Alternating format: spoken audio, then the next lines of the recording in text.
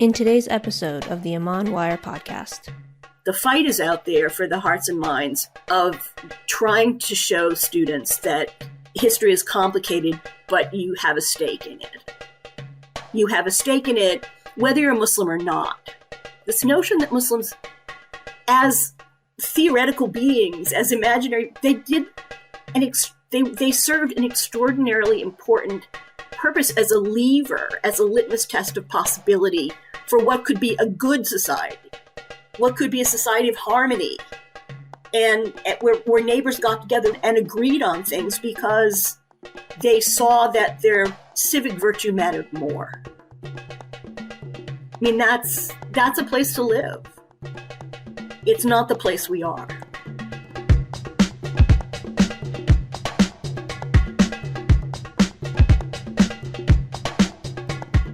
Assalamu alaikum and welcome to this double-header edition of the ImanWire podcast. In the first hour of the podcast, we interviewed Dr. Denise Spellberg, professor at the University of Texas at Austin and author of Thomas Jefferson's Qur'an, Islam and the Founders, a book which has been translated in Arabic, Turkish, Indonesian, and Farsi. In the second hour of the podcast, the ImanWire team gets together for a roundtable discussion on issues facing Muslims in the 2024 election.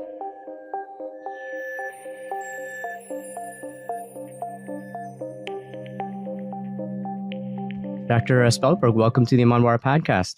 Thank you very much, Mr. Mohammed Salim. Thank you for this invitation. We're here to talk about the book, Thomas Jefferson's Qur'an, Islam and the Founders. When I was reading your book, my daughter saw me reading a book and asked me, what I was reading. So without telling her, I just showed her the title. And, she had this very puzzled look on her face. And she, in all seriousness, asked, is this a joke? Really? Wow. Certainly many others might be befuddled by the idea, at least by the title of this book. The title of this book, of course, refers to Thomas Jefferson's personal copy of the Qur'an translation, which was in his personal library. And you describe it as representative of early Americans' capacity and eagerness to know about Islam. And so, the founders debated at the time of, the creation of this nation, they debated about the religious makeup of the United States. Would citizenship, would rights, would that be open to all, or would it be exclusively for Protestant Christians? And so, the idea of Muslim citizenship, Muslim citizens, that became emblematic of this debate that occurred at that time. But before we get into the founding fathers, could you paint a picture for us of the conceptions about Islam that predominated at this time? Because certainly in Europe, it was primarily a negative, intolerant view. Certainly. One of the things I try to do in the book is to show that the dominant view of Islam from the European perspective, a Christian perspective, whether Protestant or Catholic, was negative as a religion and as a political force. And the fact is that Europeans saw Islam as both, usually fused together. And most recently, for the period we're talking about, is the Ottoman Sultan and the Ottoman Empire was a particular threat to Europe for a very long time, from the 15th century right up through the late 17th century. One of the things I wanted to do in the book was to show how those ideas about Islam, which are also sort of the Qur'an for Europeans, was a prism in which translation became politicized as a polemic against Islam too. So the fact that, for example, Thomas Jefferson would buy a Qur'an and have it shipped from London really shows the intellectual connection between Europe and the North American colonies, particularly the British ones. And the fact that those negative precedents that the English had about Islam were transferred almost whole intellectually and politically to the colonists in North America. And Jefferson wasn't unusual in that. He absorbed those ideas. But what I began to see in my research for this book was that there was a contest of ideas about Islam and a resistance to a completely negative view. And even when there was a negative view, there were those who could separate their anxiety about Islam as a threat to Christianity from their view of individual Muslims and their fate within particularly a Christian society. So what really I was interested in doing was showing how a very pivotal minority of believing Christians and early politicians in America who were willing to revolt against Britain, how some of them, including Jefferson, could make an argument that that Muslims could be included in a society, that they should be included in a society, and in fact, they represented a precedent that would end persecution and argue for the rights of citizenship and religious freedom to be equal among all believers, no matter what their faith. So the fact that there were Europeans who are willing to speak up about Islam and about Muslims and to resist the state, essentially, in making that argument also gets transferred to North America. So Americans inherited these two roads, these two paths. And it's no question that the dominant negative one prevailed. It was the easiest. You didn't have to think about it. And it was politically useful to say there's them and then there's us. But in the minority register of ideas, the presence of Islam was always going to question Christian hegemony, Christian domination, and be always also attached to the idea of how to answer the pressing question, which arose among Christians when they persecuted each other and in wars of religion in Europe proved that they would kill each other over theological differences. The question of why persecute for religious difference among a minority of European Christians and then Americans like Jefferson began to see that that persecution shouldn't just stop among Christians, but even beyond Christians, as they viewed other, particularly non-Protestant groups. So did you want to continue religious violence against people who held different religious views? And the debate about Islam in Europe and North America is fundamentally a debate about what kind of society people want to live in and the power of the state over the individual believer. The fact that the door was open to include in the category of believer Muslims as individuals was a real contestation of these negative views, the view that, Islam was attached to dictatorship, for example, as the Ottoman Sultan represented, or attached to the absence of individual liberties, because from the British point of view and then the American point of view, the subjects of the Ottoman Sultan, who was a despot, they were described as slaves. So the notion of what liberty was, in fact, cast this Islamic power as antithetical to British and American liberties. But in fact, Europeans and Americans knew something about Islam. It's not as if this was a civilization or a belief system that was sort of out of touch or mysterious. It was threatening, certainly, for the majority, but it was also useful politically in defining European Christian ideas.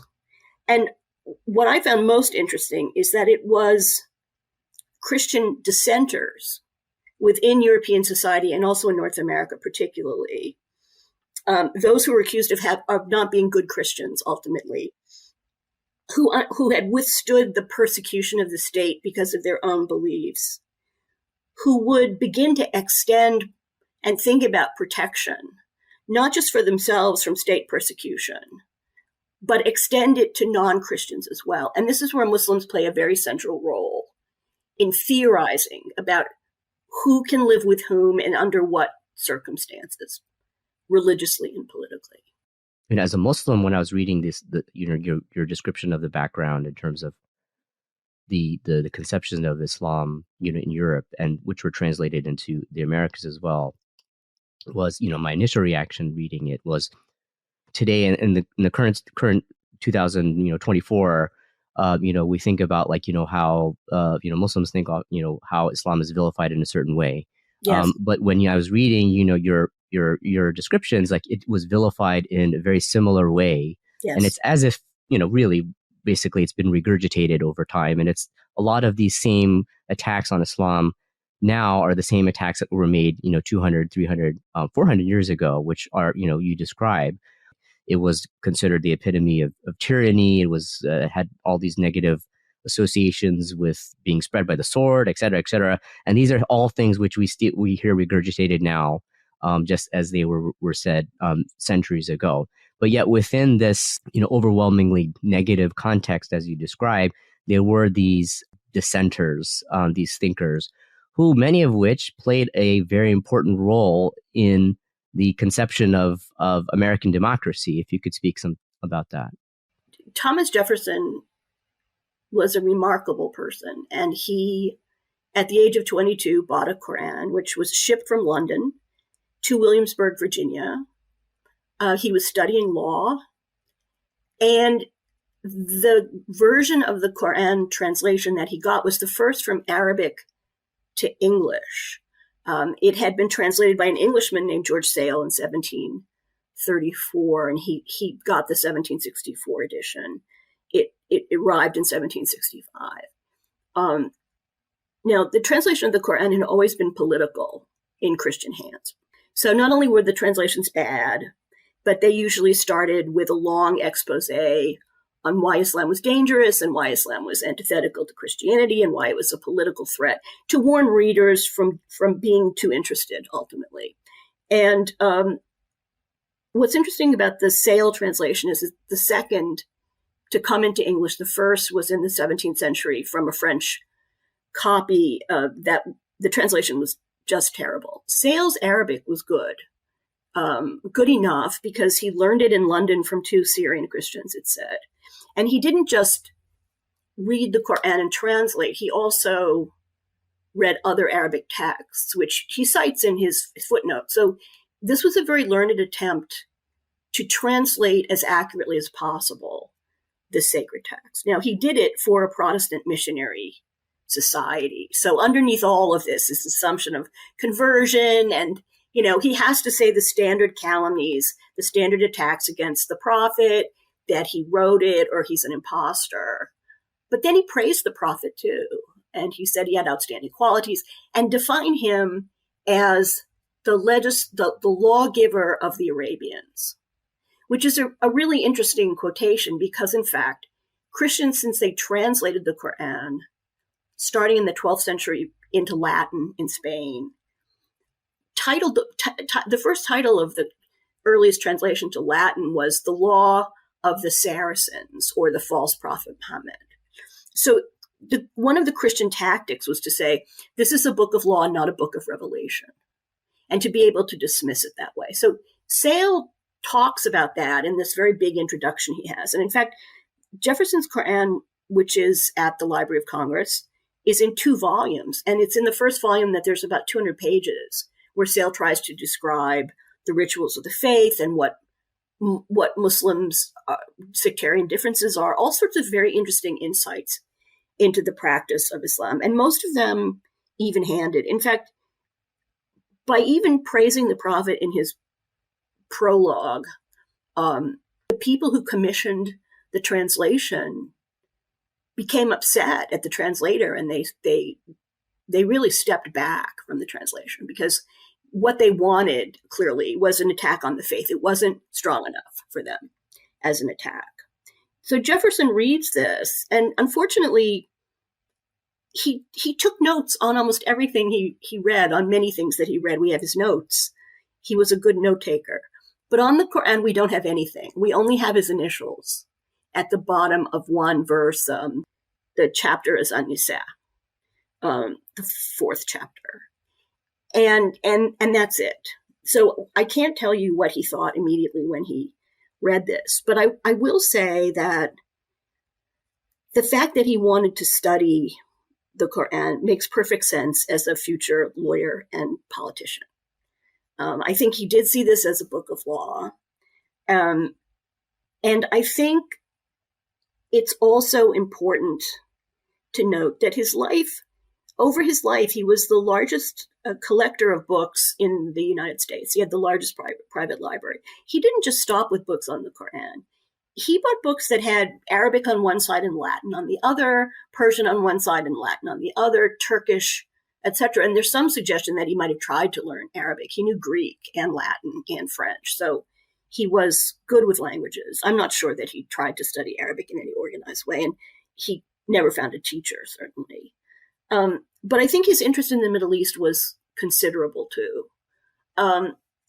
What's equally important, it seems to me, is that he was very, very attuned at the same time to a philosopher named John Locke, who in England had gone to Oxford and studied Arabic, but was primarily known as a philosopher of social contract, so of government and of how people treat each other, and had authored a pivotal text called A Letter on Toleration in 1689. Now, Jefferson took lots of notes on that.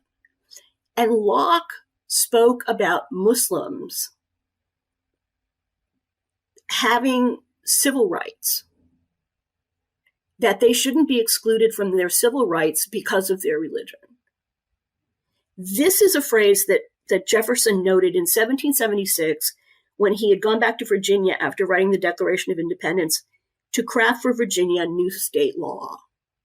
So in his mind, really from the founding of the nation, Muslims and ideas he inherited from Locke about Muslims and their inclusion were part of his blueprint for who might be one day a citizen. And we need to see this whole era, really, and the creation of a government from nothing in the wake of a very long revolt as an experiment. And we need to think about the theory versus the practice of this. So it's important to realize that Locke got in immense trouble when he published these ideas about Muslims in England. Right. He was attacked again and again. They called him half a Muslim because he owned a Qur'an. Right. And then when he was attacked, he said, Muslims would be more tolerant of my ideas than you are of each other, than you are of me. And he was referring, of course, to the idea of people of the book and what he knew of the Ottoman millet system, the system of treating Jews and Christians as protected peoples. So, Jefferson understands these ideas in a particular moment when he is trying to answer this question, when he is trying largely for Protestants, who are the majority in the sort of nascent United States and have many denominations. The main task is to keep religious people who are majority Protestant Christian from violence and from persecution of each other. So if you start there and you want to take religion out of government, then what you really want to do is excise the possibility for civil unrest and persecution. And in fact, in Virginia, Baptists were whipped and fined and put in jail. And he saw all this. And he wanted to put an end to this. But again, what's interesting is that I think really because of the influence of Locke, he understood that there were other believers out there who might one day be in Virginia. It's not that he thought Muslims were down the street in Williamsburg. It was the potential to have essentially a plural nation that he was trying to experiment with. And he went beyond this English precedent of Muslim inclusion because Locke's idea about including Muslims would be they can be included in an Anglican Protestant Christian state. Jefferson said there should be no state-established religion. So all believers, Protestant, non-Protestant, should be on an equal footing because the government shouldn't have an attachment to a particular faith. So the notion that this country was founded as a Protestant or a Christian nation, in Jefferson's eyes, was an idea he wanted to get rid of. He was invested in making sure that that no longer prevailed in his state. And the result was legislation that made it so. So we go from a theoretical idea born in England that includes Muslims to a practical idea where Muslims would have had religious freedom in Virginia had they been able to be there and exercise it within the parameters of being male, white, free, etc. Obviously, we haven't talked about the categories of people who are unfree, and we haven't talked about women because that's not what they were talking about. But the possibility was there, and that's actually important. And it's a fact that I'm afraid, your daughter thought this was funny as a title because what do you mean he owned a Qur'an, or what do you mean he thought about Muslims? But he did. And, one of the things that I think about 10 years on from writing this is that our public school system does not teach about fully the untold story of Islam in America, which is that Jefferson knew things and cared about the precedent of Muslims here. And I think that matters, honestly. I mean, you can discard it as, an experiment, but he was willing to fight for that possibility. And that sets him apart from his majority when he would be, in fact, himself called names for being a bad Christian. And this was part of it too, right? Is that he wasn't going to conform to that dominant strain of anti-Islamic thought. He could have easily, but he resisted it and he went beyond it to offer something different, something inclusive. One of the things, in the scope of your book when talking about Jefferson and other, other individuals, both in the present and the past at that time, who had more open ideas about this idea of expanding citizenship to non-Protestants. When vis-a-vis Islam particularly, as you describe, you speak about Jefferson himself, he was the first, to entertain a Muslim ambassador, and yet he was also the first to go to war with a Muslim state. Yes. He was also the first president to be accused of being a Muslim, funny enough, just like his precursor John Locke, which I think for many of us, is fairly recently came into view maybe about 10 years ago. But he also would often invoke this shared belief of one God, in speaking about the different peoples. But, obviously we talked about at the beginning about this negative view of Islam, and Jefferson is not as if he also had these negative views of Islam. Yes. It was sort of a commonplace as you said, commonplace political language at the time to sort of speak in these terms. And in Europe and in America, Muslim was used as a slur. I mean, it was like the worst thing you could be called. And so that's probably what Jefferson was called at one point. Yes. But one of the things that in spite of these maybe personal negative views towards Islam as perhaps a theology, right, if I could say that, but there's this clash between, as you describe, principles and prejudice, which I think really feeds into this whole debate going on at this time at the founding of the United States about, well, perhaps we can conceive of this nation, as a Christian nation, but can we or can we not recognize that other people can also be equal citizens in that nation? I think that most of the people sort of doing the work of the Constitution, Jefferson wasn't directly a part of that. They had real anxieties about, for example, a no religious test clause in the Constitution. So the reason Muslims or Sikhs or Hindus can hold office with the ratification of the Constitution is that no one would be made to swear on the New Testament that they uphold the Protestant religion, for example. And without that, because there was a religious test in all of the 13 colonies, when the federal Constitution says you don't need that to hold federal office, including the presidency, then there are debates that break out about the ratification of the Constitution over the possibility of a Muslim as president, even.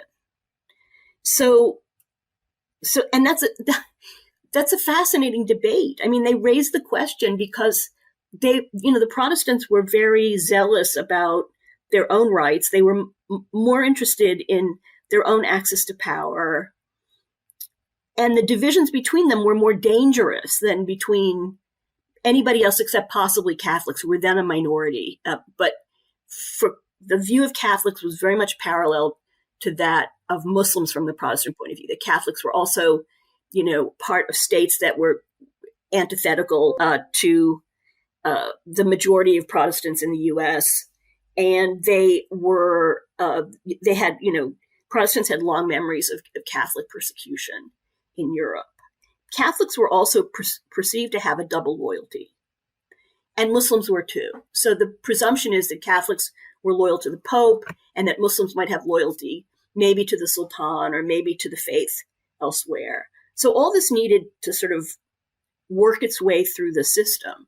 But in the debate about holding office and getting rid of these religious tests, which kept Quakers out or Jews out or Catholics out, depending on the state, what we see emerging is an argument that says you can be a good member of society despite your religion. And that is actually, again, that is a pro-Constitution argument, and people who support that argument in 1788 in North Carolina argue against the anxiety of people who said, we could have a Muslim or a Catholic president. That would be the end. Right. It's as if the debate going on is one side is saying, a Muslim can become president, and then the other side is like, exactly, a Muslim can become president. That's the problem. Right. That's exactly right. That's the problem.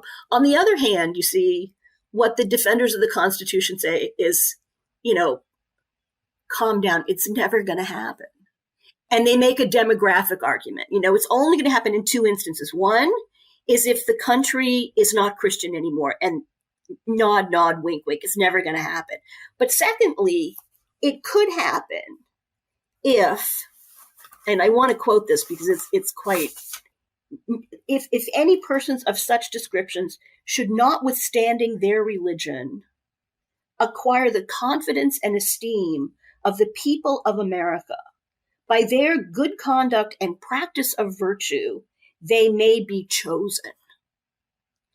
I actually think that is what has happened, right? That people might vote against someone based on their religion as an implicit religious test, even though in the Constitution it's taken out. And we know people are, that religion is a component of how politicians present themselves. But people have been elected despite, including American Muslims, for example, in Congress, in other offices throughout the country, because there's usually not a Muslim majority to vote. And so other folks who are not Muslim have to be persuaded to vote because of the quality of the candidate, because of their virtue, because of their policies. That's how it's supposed to work, it seems to me. And in a way, that's a forecast, right? This notion that we've already had a Muslim president is very interesting. And, again, the anxiety, former President Obama pointed out that, when he was running, this woman famously accosted his opponent, the Republican McCain, and said, he's an Arab, I'm afraid of Arabs or whatever. And McCain said, no, he's a good family man, as if you couldn't be both an Arab and a good person, that somehow they were separate, which is a true oversight. And nobody said, so what if he is an Arab? He should be president, right? But the fact of the matter is that kind of the point. The point is anybody should be able to be president, and that includes Muslims.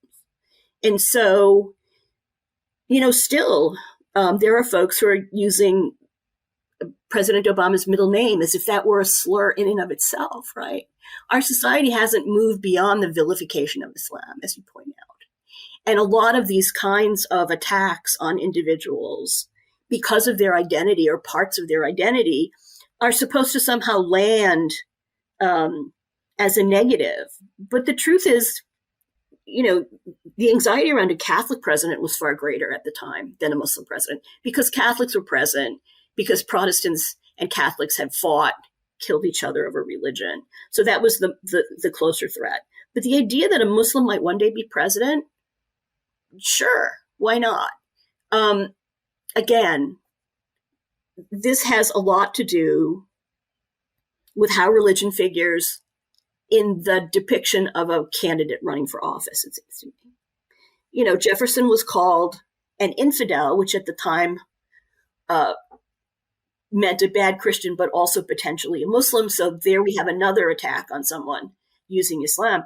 But the truth is, these attacks don't work very well. They didn't work on Obama. He was elected, not just once, but twice. So, you know, I think there was some growth. And then again, we had, you know, after him, something entirely different.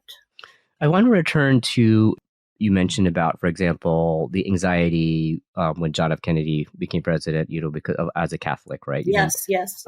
Because the anxieties about, say, a Catholic president, right? And let's go back to 200 years ago, or, you know, at the time of Jefferson. Yeah.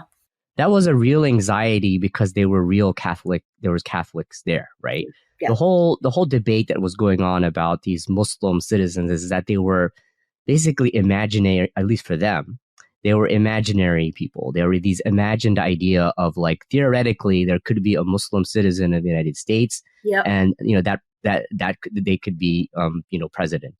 And of course, like, the biggest problem of all of this is there was a neglect of the Muslims that were in the midst of that time, which of course were the many African Muslims who were enslaved in the Americas. And, you know, I very much appreciated that you purposely included segments in your book to discuss this issue, because we can speak about all of these things in theory, as principles, right? Yes. But the reality of it, as it was for Jefferson and his, you know, his compatriots, was that it was not really, it didn't apply to people of color. And hence, it really poses a problem even for us today when conceiving of this issue, because it has continued to be an issue over the history of this nation. This problem of enslavement and of these folks, including Jefferson particularly, but also Washington, talking about liberty and freedom while they're the liberty they have to think about Locke, or to think about politics, or to think about how to run a new nation is granted to them by the forced labor of people who have been kidnapped and trafficked and enslaved in perpetuity. I mean, this is the central stain on the experiment, of course, and it invalidates to a very deep and practical degree the notion of inclusion of Muslims, because Islam at this point is present. Most of these folks didn't know it, in the presence of 15 to 20% of the enslaved population. That's the estimate of how West Africans of Muslim heritage were swept up in the slave trade. And, you know, Washington is a prime example of this. In 1774, someone writes up a taxable list of his property, which includes people, their chattel, slaves. So he lists the names of all of them. And on this list is, there are two names that jump out at anyone interested in Islamic civilization and Islam in the U.S. And their names are Fatimer, Fatimer, and Little Fatimer. So a mother and daughter, quite probably, named after the Prophet's daughter. So 10 years later, he says, I need workmen, I need people to help, and they can be from anywhere in the world, Asia, Africa, whatever. They can be of any religion. They can be Muslim, he says. And he doesn't know that he is an enslaver of Muslims and that they're already working for him. This isn't an irony. This is tragic. And of course, it's a kind of hypocrisy that these people lived with. They lived with it and they didn't solve it, because to solve it would have made them economically destitute. So, you know, here is this central and horrific stain on the experiment. And we are still grappling with it. And the relationship between race and religion in this is fascinating. So, you know, I've had colleagues and people who listen to me talk about this principled argument of Jefferson's, and despise Jefferson so much as an enslaver that they just can't listen because they see him as the arch hypocrite. But the truth is he was many things at once, and consistent was not necessarily one of those things. However, and, also, on the other hand, I'm told that they sell my book at Monticello, and the women who work there have told me that they find my book turned around sometimes. So the cover of it is, and that's because people on another sort of political spectrum, they don't like seeing Jefferson and Qur'an in the same space. Right. So the question is, what lessons will you take from this? And the part of the lesson we take from this is that, these people were flawed and brilliant, and that honestly, when it came to race, they were racist. That's all. It doesn't excuse them. And it does put in context the fact that these principles were not as universal as they thought. Mm-hmm. A few years before he dies, he says, my Virginia statute for religious liberty, Jefferson says, one of the 3 things he wanted on his tombstone and is there. He says, it was meant to comprehend within its mantle of protection the Jew and the Gentile, the Christian and Mohammedan, the Hindu and the infidel of every denomination. So at the very end of his life, he still included Muslims in this blueprint for a nation, while owning hundreds of humans, some of whom may have been of Islamic heritage. We don't know because the names of his enslaved folks don't indicate directly any Islamic connection. It doesn't mean it wasn't there. And I should say, just, in the book, I talk about a person in particular, Omar bin Said, mm-hmm. who wrote in Arabic an autobiography and a plea for his freedom, and no one could read it. And he had the ill fortune to be enslaved the year before the end of the slave trade. The slave trade was outlawed in 1808. He was enslaved in 1807, and then he died the year before the end of the Civil War would have granted him freedom. But the upside of this is, and I'm sure you all know this, that the Pulitzer Prize in Music went to an opera dedicated to Omar bin Said's life. And so if you get a chance, you should look at just the backdrop to the stage. It's all enlarged sort of planes of his writing in Arabic. And it's really powerful. And so one of the things I just want to point out is that, Omar bin Said also, as part of his autobiography, included from memory a chapter, Al-Mulk, from the Qur'an. And I think, now his writings are in the Library of Congress too. I think it's important to think of our history as including Omar ibn Said's part of the Qur'an that he brought with him in his heart and his memory and his training from West African schools of Islam, as well as Jefferson's English translation, that these two things sit together and that these two men sort of sit together in some way in the legacy that is Islam in the United States.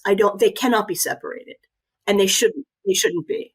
Certainly, this is an excellent point. I mean, I think as a Muslim reading, your book, I think for most Muslims today who live in American Muslims of all different backgrounds, whether indigenous, immigrant background, the true pride for us as Muslims is people like Omar ibn Said. Yes. It's not what Jefferson says in theory about the rights of Muslim citizens who are imaginary, in parentheses, white, foreign, citizens. The real pride for Muslims is these figures of this experience of the African Muslims who we see as pioneers, right? I think this is a good segue to get to the conclusion of some of of your book and some of the things you mentioned there. And I want to begin with this point in particular because, again, this tension between the theoretical rights versus what's actually in practice. Yes. And I think for Muslims, learning about about this history, as we've stated, America is grappling with the centuries long problem of racism, of the heritage of slavery, of this marginalization of people of color, right? And particularly for Muslims of immigrant background, right, coming into this land where you are pushed to basically pick a side for your own betterment, to be at least adjacent to whiteness, if I could use that term. Mm-hmm. And so for a lot of Muslims, they would be very concerned that we would fall into the same very deliberate, willful blind spot that Jefferson himself followed, in that enshrining this idea of rights of people while erasing the rights of others. And so that really is sort of, I think, a problem, not just for Muslims, but I think for all of us, is reconciling, this theory of the rights that exist in the principles of the foundation of this nation versus the reality and what it takes to actually make those principles really actually put into practice. I take your point very seriously, and there's a longer argument or discussion really to be had about the evolution of whiteness in American immigration history and the history of the nation itself. The not whiteness of the Irish, the not whiteness of the right. Italians, and not whiteness of the Jews, really. I mean, and we continue this, right? The struggle, or how you show up in a census. So I think finally, MENA is a category, but it's a hard fought one. And I do think what Americans do well, and what most folks do very well, including Muslims, is they organize, and they have outreach to allies, religious and political, to make a difference. And I think that it is a natural extension of a fraught existence as the object of this sort of defamatory hostility, which is part of the American tradition too. I mean, there's the hostility to newcomers, but particularly Muslims or folks from, we can have a long list of people who are on the receiving end of verbal and violent assaults because of who they are. But what is a right versus what is political power? These are two different things. Yeah. And so, for example, I thought about this because, it's important to raise it, is that during the anti-Sharia hysteria, Oklahoma, which has a Muslim population of hundreds probably, those folks passed an amendment, the Save Our State Amendment, they called it, and it was the Supreme Court in Oklahoma rejected it ultimately. Why? Because a lawsuit was brought, and not just by CAIR, Council of American Islamic Relations, but by Baptists for Religious Liberty, by various Jewish groups as well. Because the argument was that,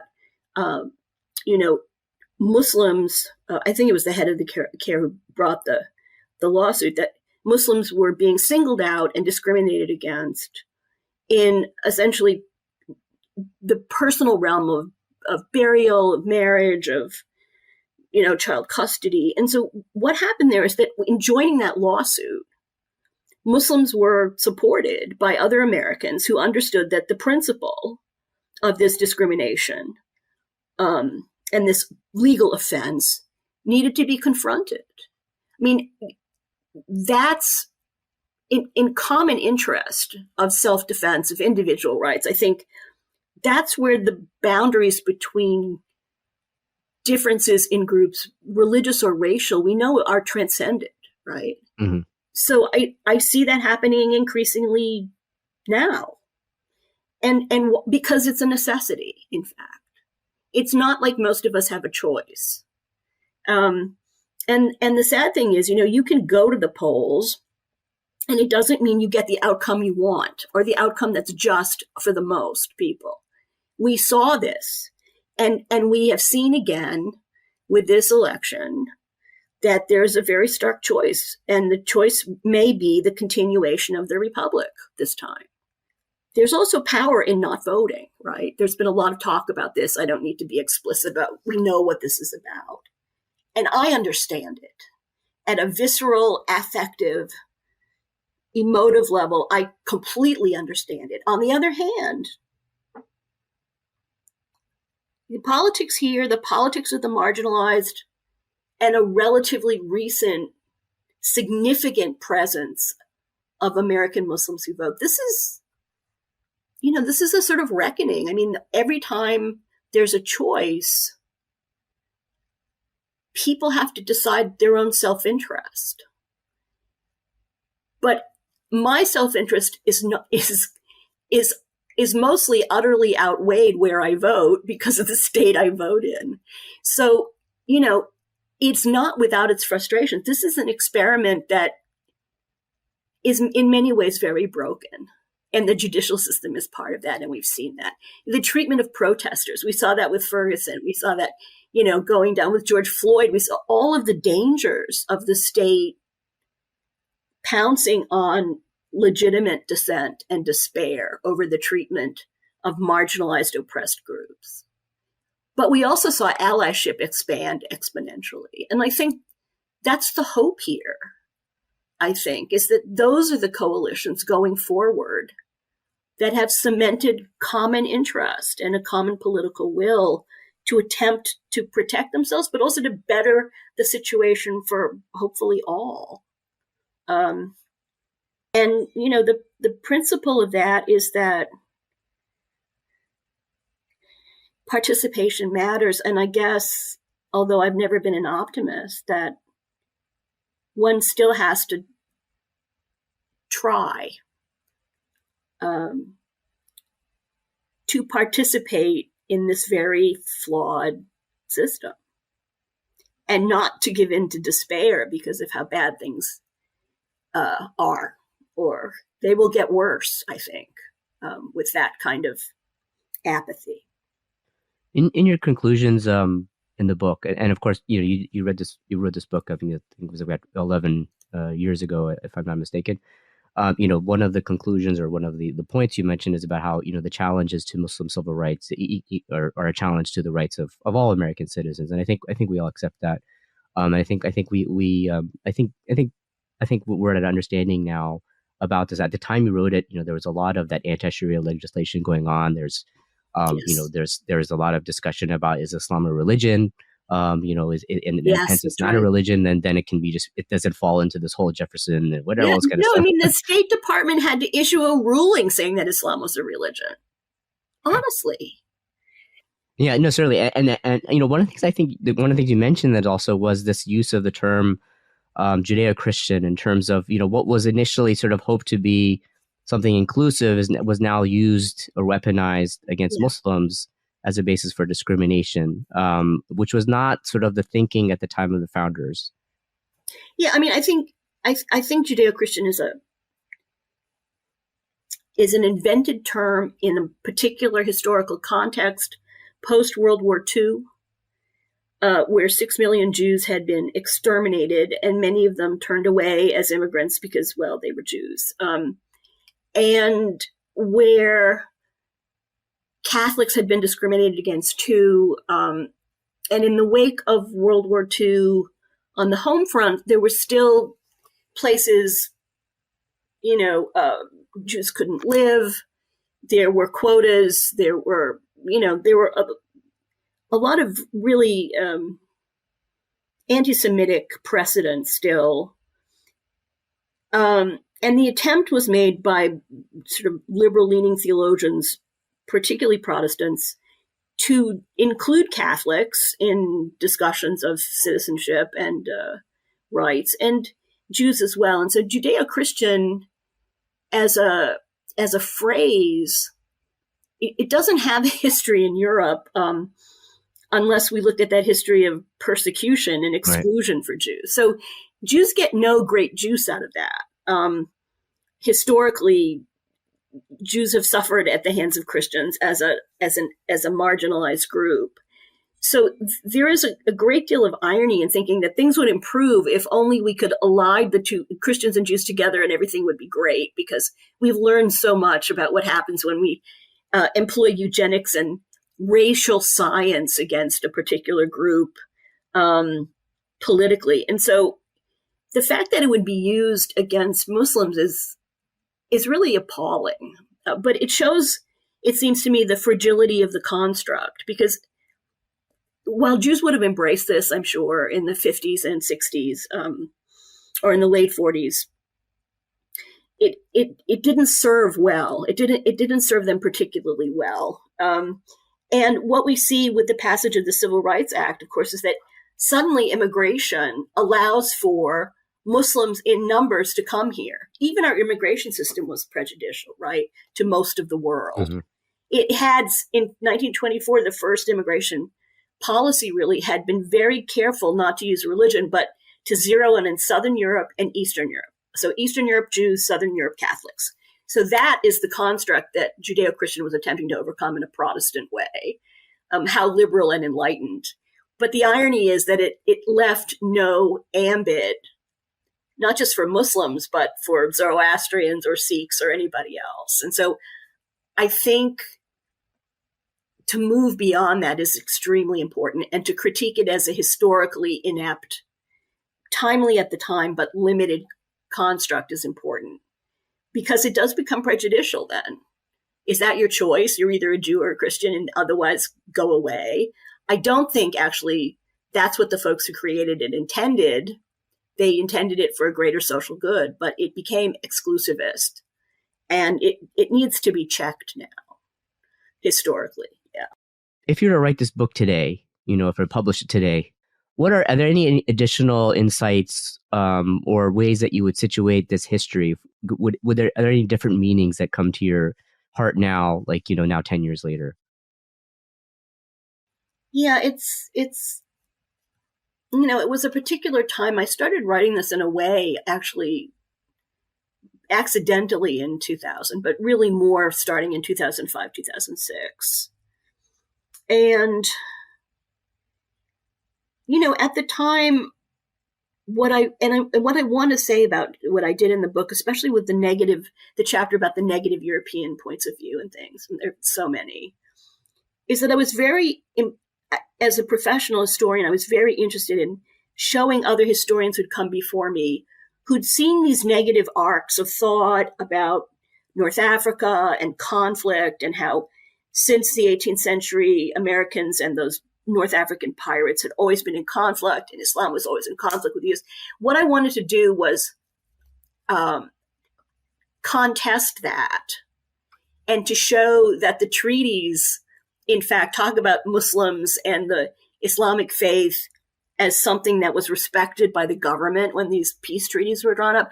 And when European Christians said negative things about Islam, what I wanted was not just to repeat that, but to unpack it and correct it from the point of view of a Muslim believer. So I would still do that, because I think what really saddens me is that I don't think we know as much about Islam as a world religion, as part of a civic education as American voters, as we need to, so that children don't succumb to rhetoric that is Islamophobic. And it's still there. I feel like the book was, in a scholarly sense, a success, because I showed that there was a nuanced way to look at Islam and Muslims as an American history that was not about criticism and condemnation and the suggestion that our relationships with Islamic states were always negative and always violent, and that was inevitable. I mean, what I wanted to do was show that that's just not the case. But the depressing thing about the book to me is that it did not shift the bedrock of how we think about the founding of this country, or the possibilities of this country as they involve not theoretical Muslims, but real Muslims. The problem with the book is that it can't be taught as it is to people who don't have a lot of time to read 300 pages, and it's dense.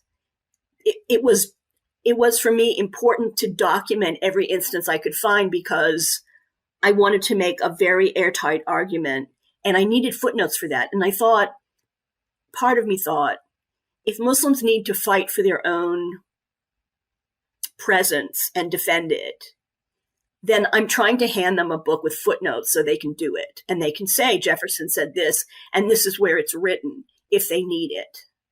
That it's out there available as a reference is fine. But that it's not a text that I think is easily accessible for many, for not just Muslims, but non-Muslims actually, is still a problem. And I honestly think what I would like to do is write a children's version of this.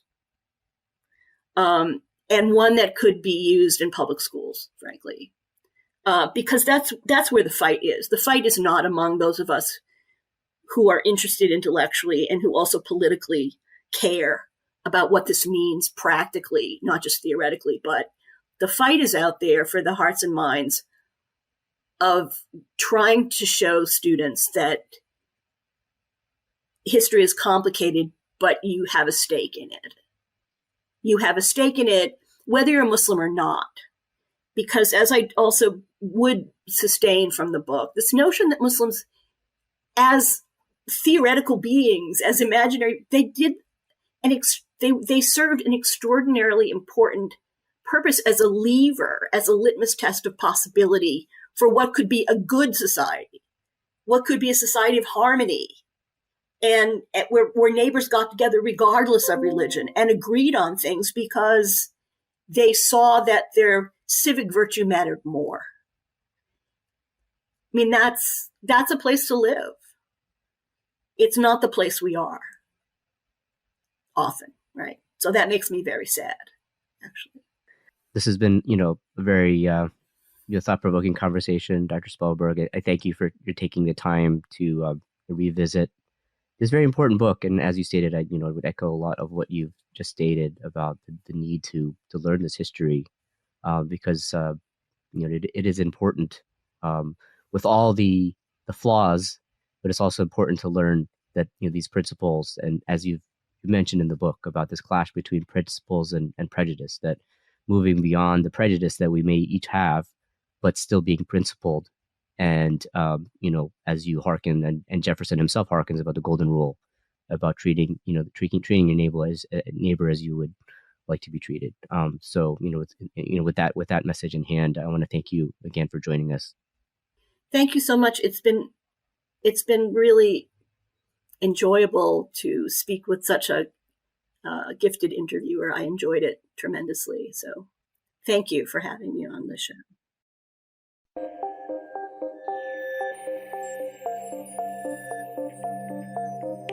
We're with Qaidar and Irfan and Mutassim. Assalamu alaikum, guys. Assalamu alaikum. I just want to start by saying something, because I don't think anyone can see the cameras here, but Irfan, mashallah, you have a very nice beard grown, mashallah. Very big. This is the sunnah. I don't know if you know about the sunnah of the Prophet ﷺ, but it's interesting you mentioned this beard, because okay, here we go. No, I just want to say this, I think it's interesting to be judged as a Muslim man. And we don't get. So I'm judging you. You're telling everyone I'm judging you. I'm not saying that. I'm saying it's a good comment, but I'm just saying it's interesting in the dynamic where we see a lot of political tokenism with hijabis and different media platforms and different commercials and different campaigns. But you never see the dude with the big beard and the kufi. And I don't know why we're so forgotten. But alhamdulillah, it's good to be out here to represent, for sure. Well, look, beards, for those that can grow it, look, Sayyidah Aisha, radiallahu anha, she used to swear by the one who beautified men's faces with beards. And so, subhanAllah, it's a very noble thing. It's a very regal thing. For those that can grow, I don't want to get like 50 messages, oh, brother, I can't grow my beard. What are you saying about? No, I'm saying for those that can grow it, it's a beautiful sunnah of Sayyidina Rasulullah. Sallallahu ta'ala alayhi wa ala alihi. And it makes men more handsome. So grow your beards. You'll be handsome like me.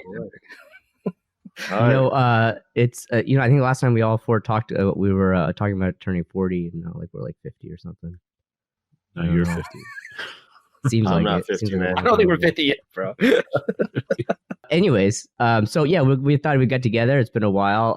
Obviously, we're dealing with the tragedy and the horror of what's been going on in Palestine for over a year now. But also here domestically, we're in that election season. So we wanted to get together and sort of get some thoughts on that. But first I wanted to get your thoughts on this interview that I was able to have with Dr. Denise Spellberg about Thomas Jefferson's Qur'an. For me, it touches home. I live probably 5 blocks from the Library of Congress. Had opportunity to see the Quran probably in the mid 2000s, early 2000s, and have took my children to see it as well. Why I think it's important for American Muslims to understand not just its place in our history as a unique community, but how that kind of resonates throughout the world. When you go to the Library of Congress, which many of you know that, and if you listen to the podcast, you'll hear that it really is Thomas Jefferson's library that was the foundation. I think it's about 6,500 volumes, and the Quran is present there, along with other Islamic manuscripts as well. But what's really interesting in the dome, it has an amazing dome where there's a pictorial representation of each civilization that contributed to America. And in there, it just simply says Islam. And so one of the things that I think as American Muslims we must think about is that if the founders of this if the founders of this country, like Thomas Jefferson, had a thought about us, and we know this, and if you listen to the podcast, you can talk about his actions even towards the end of his life when he was helping states like Virginia craft their documentation and the inclusion of Muslims. It's important to realize that as rights go, we have as many rights as anyone else. Now, what we do with those rights and how we ourselves as a community have developed, when we first started this podcast, I think we had a conversation probably in 2016 about the political environment, what has changed in the next, the last, whatever it's been, almost 18 years, what it's been almost 10 years now since we had that conversation. And I think it's important to see how we are now a community that's maturing, although with growing pains, and that we have a sense of how much we may matter. The one thing that, the author mentioned to you, in that chat was the possibility, quote unquote, if I remember, the possibility that everybody has a role to play. Everybody is capable of being a citizen with the full definition of that word. And that includes Muslims and other folks.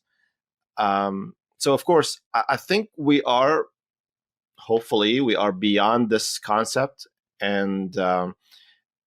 And as I think about what she said, the stories of the past that are similar, like how they used, Muslims as a scapegoat and as a scarecrow, if you will, to box certain people, political opponents, including Jefferson, and how we, just fast forward 300 years or more, and we think about our identity. If we think about Muslims in America as a political identity or another minority or any of the likes in the political box that people would like to put us in, or in the way that we view ourselves as a card, if you will, that is, to me, maybe a problem. I think we should think of ourselves as who we are from the standpoint of a spiritual identity. Like, we are Muslims. If we are Muslim Americans, then this means that we are Americans with a special spiritual identity. And that changes the platform or the frame of thinking towards how we are, played in the last 2 weeks before the election right now, for instance, and how people tell you, oh, you should vote, Democrat or Republican or third party, how you should, abandon this, abandon that, how you should, play the lesser of two evils, all these things that are happening right now as if they are some sort of chemical, or as if we are, going to be the true political, engine to come up with these, favorite solutions or best solutions possible, as if we have a crystal ball to this.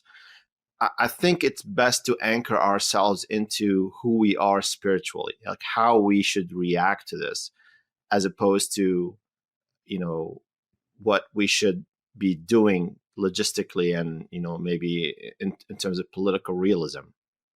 Why are we speaking about whether Muslims are citizens or how they're this seems like this is a 20-year-old conversation.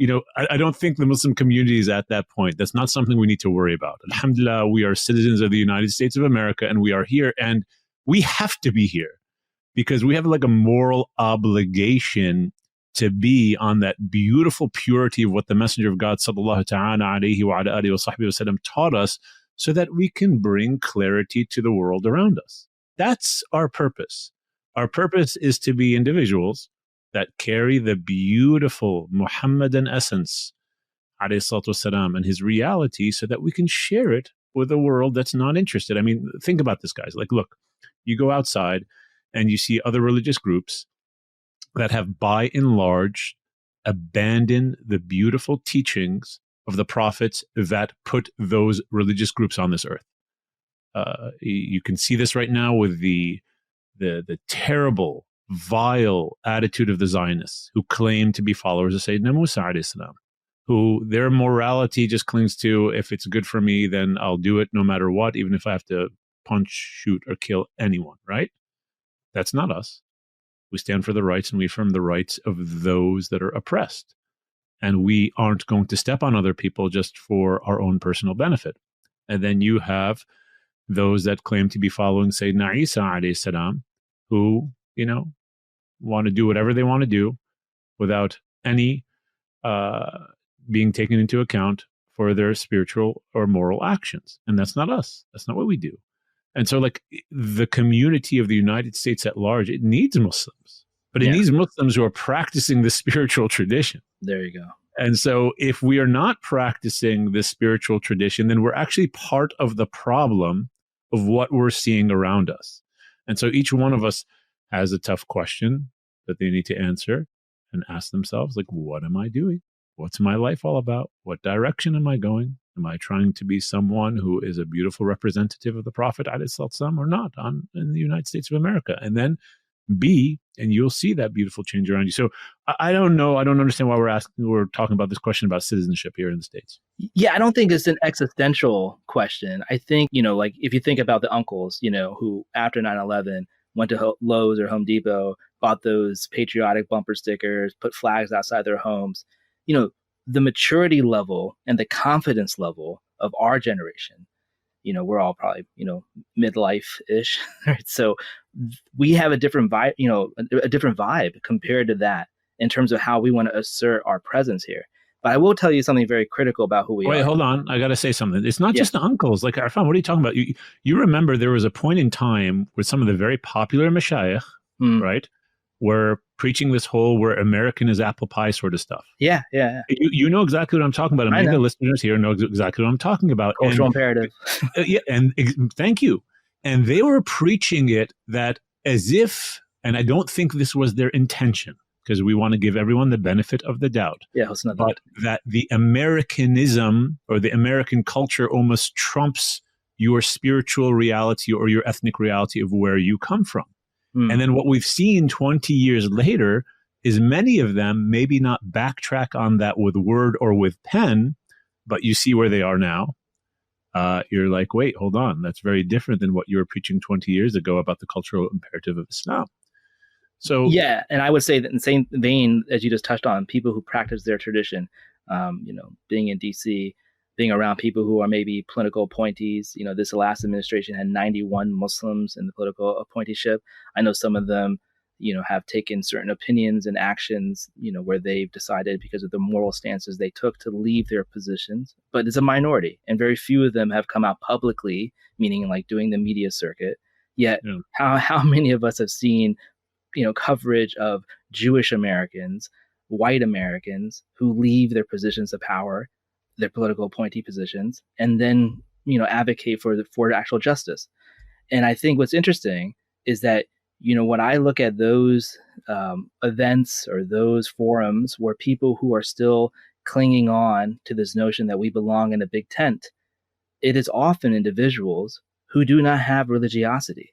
Yeah. And I know that this is a controversial point, but we have to talk about liberalism.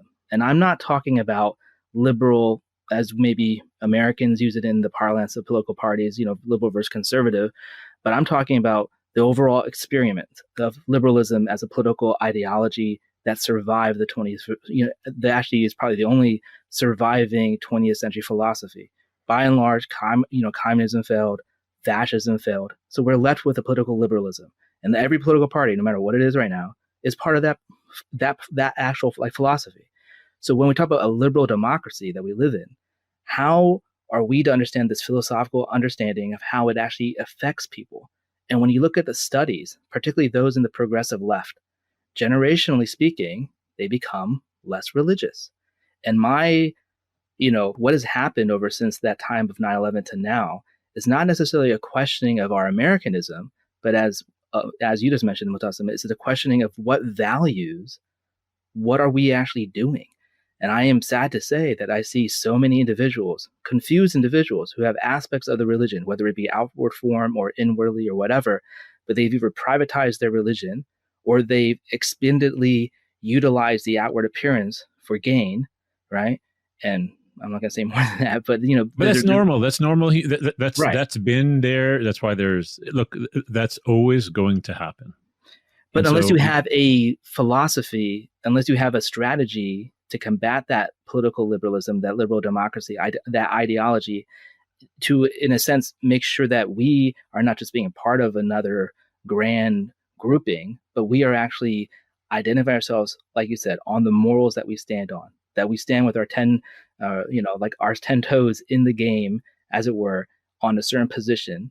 And we're not necessarily, buying into the whole thing, but we are here in our presence saying we're making moral claims and we're making truth claims and advocating for that for the wider society. Well, the only way that's going to happen, Arfan, is that if we're not bought and sold, right? Exactly. And the problem is many organizations or individuals can be bought and sold. And what Allah tells us in the Qur'an is that Inna Allah ishtara min al-mu'minin anfusahum wa amwalahum bi anna lahum al-jannah. Allah has bought us, right? So we've been purchased already. We've been purchased by Allah. And what it means is that we have to stand for the beautiful moral truth that our Prophet sallallahu ta'ala alayhi wa sallam came with. And look, the truth is very clear within the Muslim tradition. And so you're always going to have individuals that want to make it murky because they have a particular objective that they are trying to achieve. And so we stick to that which we know and we stay away from that which we don't know. And so here, most of the individuals that are going to be listening to this podcast, I think they're not that type that want to liberalize their faith. I think they're a type that are looking around the world and seeing what's happening and are trying to figure out really, given left or right, or certain individuals tell me to vote left or right, where should I land and where should I be? And what I want is, go ahead. You were about to say something. No, I'm agreeing with you. Go ahead. Like what you want to say is go ahead. Yeah. And so, what I would say first and foremost to everyone out there, like that's listening, and even like Ghaidar and Salim, like, listen, there's the world is always in turmoil. There's always earthquakes happening, and we're seeing it now in front of us constantly. And so if our anxieties are overwhelming us, we have to go back to the source of peace. And guys, what's the ultimate source of peace? Allah. It's Allah, the one that does not change, right? Yes, you know what I'm saying? Like, yeah.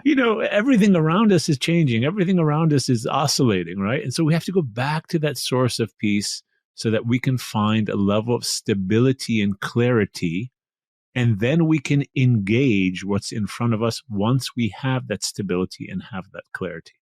And I think in our own personal lives, we're going through, individually and communally, we're traveling through the challenges of the vicissitudes of time. And the Prophet ﷺ has a beautiful dua. It's mentioned. Imam Suyuti mentions it. Also, Kalam al-Tayyib of Ibn Taymiyyah mentions it. It begins, Allahumma sadadani, Allah balance. Yeah. And I think one of the challenges that, and I'm sure you guys have found this, you get your bros, we're sending you these inspirational, I don't know where these guys come with it. They're kind of these means about like, you don't know who you are till the wolves are at the gate.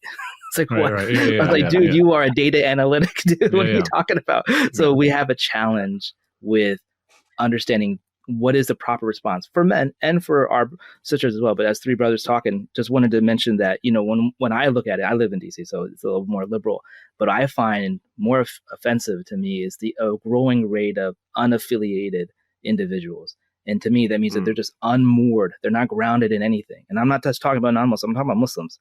And so their sense of community, their sense of identity, their sense of spirituality is literally anchorless. And so, yeah, but don't be offended by that, Arfan.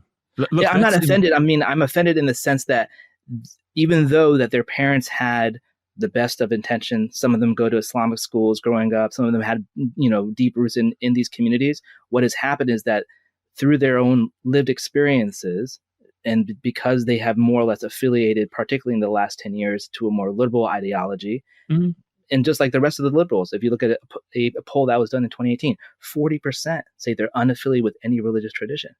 And it's a growth. Yeah, but you know what the good news is? You are affiliated. Ghaidar is affiliated. Salim is affiliated. I hope I'm affiliated to something. And those individuals, I just want to be affiliated to the Prophet ﷺ. That's what I want. Exactly. We ask Allah to guide their hearts to the truth and to seeing reality. And I'm not saying that we are the flag bearers of that truth and reality. But look, at the end of the day, I'm not losing sleep over that. I'm losing sleep. Go ahead, Ghaidar. Please. Yeah, I mean, this is why both of you are, mashallah, very eloquent that I can ever imagine myself to be, and this is what I meant by the spiritual framework through which we see our citizenship, quote unquote.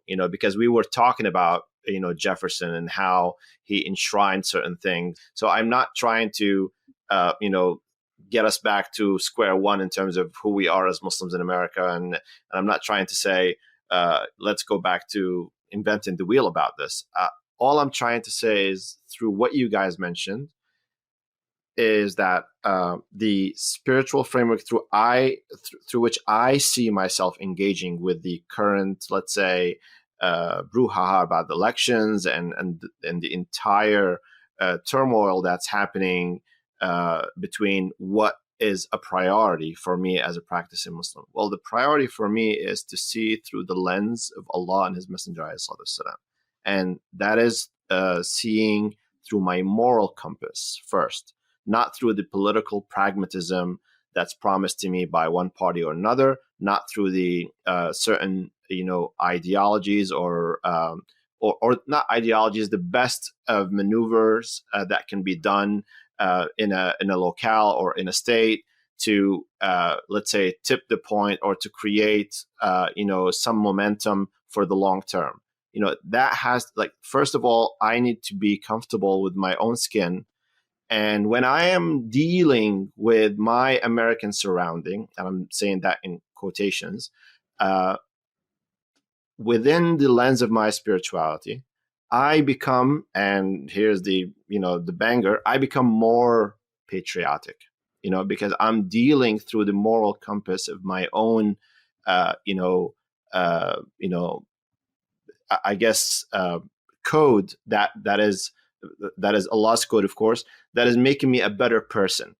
And if I'm here, then I'm a better person, and will be able to be anchored to the better, long-term strategy, starting with how I deal now with my community and through voting or through non-voting, however that is. I'm not going to say do this or do that. What I'm going to say is, too much engagement into pragmatism and political realism is going to make me lose whatever you guys are talking about. And that is something we need to talk about now. Like, where is the balance? Where do you hold the stick from the middle and say, okay, well, that's all well and great, and you're telling me don't philosophize about the ABCs of citizenship, and somebody's going to tell you don't philosophize about the ABCs of being a Muslim. Of course, you need to be followers of Muhammad alayhi salatu wasalam, Sayyidina Muhammad alayhi salatu wasalam, of course you have to, centralize spirituality. But where is the code manifested into the user interface? How do I get to realize this? Give me something to do. And what I'm trying to tell everybody who's listening, we're not going to give you that. We're not because we're capable and we're holding. It means something different for everybody. It means something different for your own circle, and that's going to, Allah subhanahu wa ta'ala is going to show you the way, inshallah. If you cleanse that heart a little bit more, you'll be able to see a little bit more in a way that is, inshallah, clear to you. And at the end of the day, you'll be sleeping at night. Like Mu'tasim said, you are not going to lose sleep over this, because if Allah subhanahu wa ta'ala takes his amana, you know that you did the best moral judgment. But I think we have to appreciate the privilege we sit in, to use that language, when we know what's happening to our brothers and sisters in the Levant, in Lebanon, in Syria, in obviously Philistine and in Gaza, and we have an opportunity to make a symbolic gesture. I'm not saying it's a policy shift. I'm not saying any of those things, but you have an opportunity to do so. And you have the sensitivity that people have because people feel fear towards some other option. And if you look at this whole electoral process, this truncated process we've been in since the summer, it's been pretty much fear-based about what the other would do or would not do or potentially do. It's always been like that, hasn't it? It's always been like that. That FUD is it's like a marketing technique. But to kind of root this into, actually the topic of the Thomas Jefferson Quran is actually kind of interesting. I and this is like an aside, but that translation of the Quran by George Sale is pretty important, and it's actually I had a chance to have a copy. Don't know where it is now, but it's 2 volumes, and it's actually made up of a lot of commentary based on probably the most popular commentary for 700 years in the Muslim world, which is the tafsir of Imam Baydawi, which is Anwar Tanzil wal Asrar Ta'wil. What is that? The Lights of Revelation, I guess the best way. And I think there's been a recent translation, at least 1 volume or 1 hizb of it. But one of the things that's interesting about that tafsir of Quran and why Muslim jurists loved it so much and why it was the default textbook tafsir that you would study in every major institution in the Islamic world, particularly in Egypt to the east, is that it had this amazing discourse about the Quran that really upfront gave demonstration to Muslims studying their own text about the Quran's imitability. This is the miracle, the ijaz, manawiyya wa lugawiyya, about the Arabic language, about the way it's put together. And we live in an age where that confidence building may not exist for a lot of us. We didn't have those educational paradigms or, that type of pedagogy that we went through where we feel very entrenched within understanding with a level of certainty, or at least with a level of conviction or a level of confidence in many of our beliefs. And it's interesting in these times when you see us today as a community and people making different decisions, and this group of imams is saying do this, or this political group is doing this, and you see people in their own vested interest, as the Mu'tazila said, that's nothing new. But I think what is new is that pivotal and the critical role that we could play, particularly those Muslims who may live in Michigan, for example, or any of the 7 battleground states. So I would not, like I said, I don't think we're giving you guys any solutions, but to get it back to the idea of fear, for Muslims, we fear Allah. And I think a better way of thinking about it is a sense of mindfulness. What are we being mindful of when we make these types of decisions? And how do we understand the way in which Allah, because nothing happens by happenstance. I was just listening to Sheikh Mukhtar Maghrawi, may Allah preserve him, hafidhullah. He was mentioning something in the lecture he gave in California, and Matas, I know you're there, but it was, I was really touched by it. I think it was posted maybe yesterday. And he said something to the effect about how everything had been pre-planned. And it made me think about how much of the qadr of Allah are we really believing in? Yeah. And many Muslims don't maybe realize their own history.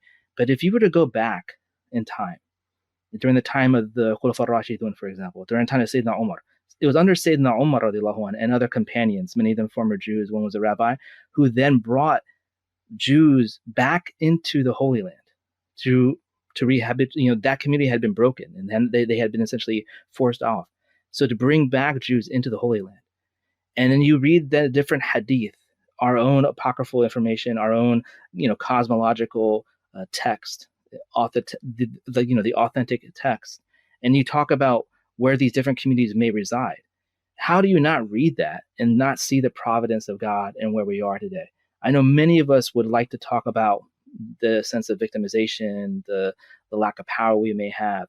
But when you see some of the things happening and when you read our tradition and read what the Prophet said about the end of times, the Prophet, as Sheikh Mathur alluded to, would spend, hours, from this time to the end of the afternoon, telling his companions on multiple occasions. And I think he related different hadith from Al-Bazar and At-Tabarani that talked about how the end of time would be. And many of the things that we are seeing before us are part of that end of time. But how many of us see that we're a part of this? This is the moment that we're living in. And maybe we pass and it doesn't happen and another generation or 10 generations come forward. But there are things happening. There's a greater plan. And that's why, many Muslim scholars, particularly those who are of the Athari creed, talk about the hikmah of Allah, the divine hikmah, the divine wisdom in these things. And I understand there's a huge part of our population will look askance at anyone who has this kind of occasionalist view or, people who have this overemphasis on predestination, but because they want to be activists. And I get that.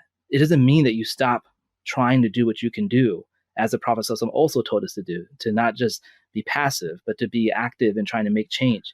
But so look, the Prophet ﷺ was anchored in Allah, and whether that change came or did not come did not matter.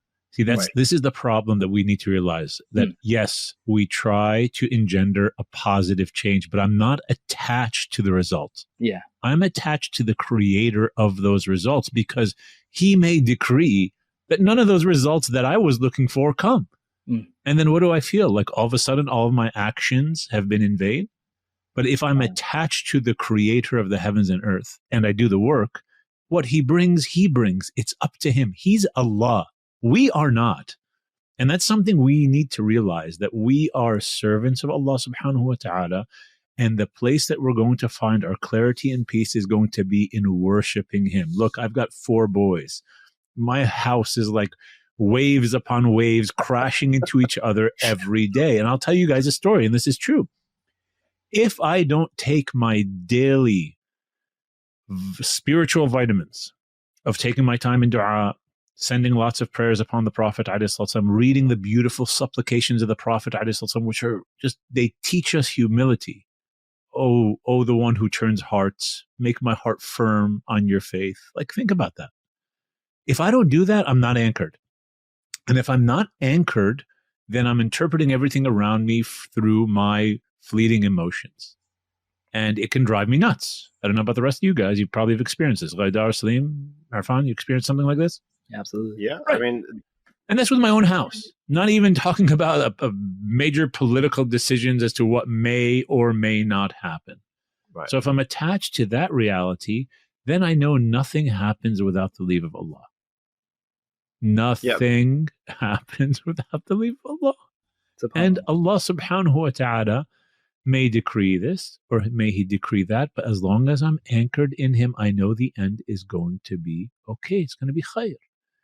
And so, as we're moving into this time where there may be these anxieties and there's fears, we have to re-anchor ourselves to the divine.